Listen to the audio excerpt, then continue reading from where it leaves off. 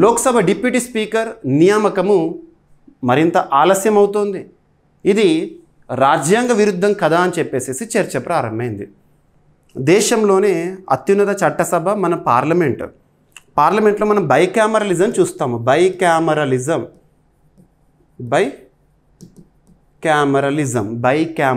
అంటే ద్విసభ విధానం బైకామరలిజం. ద్విసభ అంటే రెండు సభలు ఉంటాయి. ఒకటి Lok Sabha house of people, second వచ్చేసి రాజ్యసభ ఇండైరెక్ట్లీ ఎలక్టెడ్ హౌస్ లేదా హౌస్ ఆఫ్ ఎల్డర్స్, సో పెద్దల సభ అంటాము. ఓకేనా. మరి స్పీకర్ అనే పదవి గురించి మనకు దేశంలోనే అత్యున్నత చట్టమైన రాజ్యాంగంలో ఐదవ భాగంలో ఆర్టికల్ 93 దగ్గర ఉంటుంది.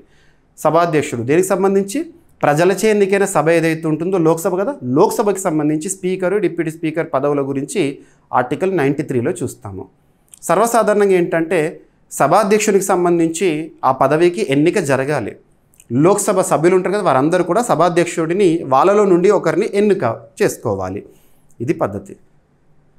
తర్వాత స్పీకర్ లేని సమయంలో సభను ముందుండి నిర్వహించడానికి నడిపించడానికి డిప్యూటీ స్పీకర్ అనే పదవి కూడా ఇంపార్టెంట్. ఇక్కడ దురదృష్టవశాత్తు ఏం జరిగిందంటే 17th లోక్సభ మనం 2019 నుండి 2024 వరకు చూసాం కదా, అప్పుడు ప్రతిపక్షం లేదు భారతదేశంలో. ఏ ఒక్క పార్టీ కూడా ప్రతిపక్ష హోదాను పొందలేదు లోక్సభలో. కాబట్టి అప్పుడు డిప్యూటీ స్పీకర్ పదవి అనేది ఖాళీగా ఉంచేసేశారు.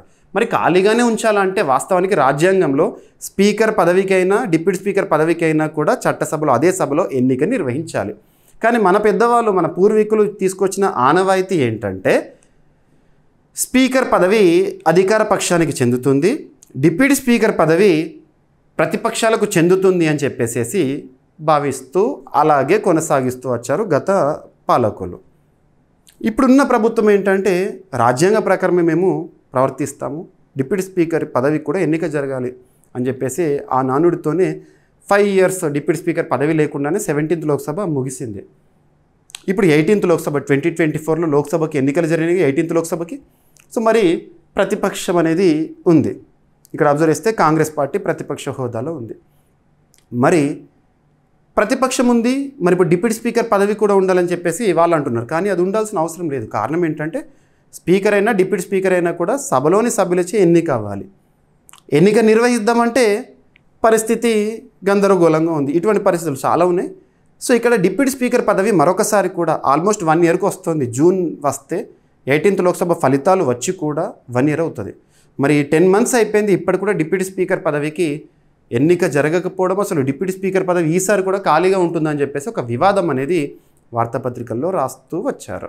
ఓకేనా. లోక్సభ డిప్యూటీ స్పీకర్ నియామకం అనేది ఆలస్యము జరుగుతుంది. అది రాజ్యాంగ విరుద్ధం కదా అని చెప్పేసి చర్చ జరుగుతుంది ఆర్టికల్ 93 ప్రకారం.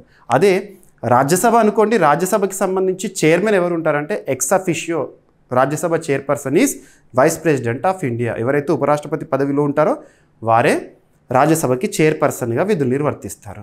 ఓకేనా. ఇక గుర్తుపెట్టుకోండి సరిపోతుంది. మరి భారతదేశ మొట్టమొదటి డిప్యూటీ స్పీకర్ వచ్చేసేసి అనంతశయనం అయ్యంగార్. ఇది ఇంపార్టెంట్ పాయింట్, గుర్తుపెట్టుకోండి.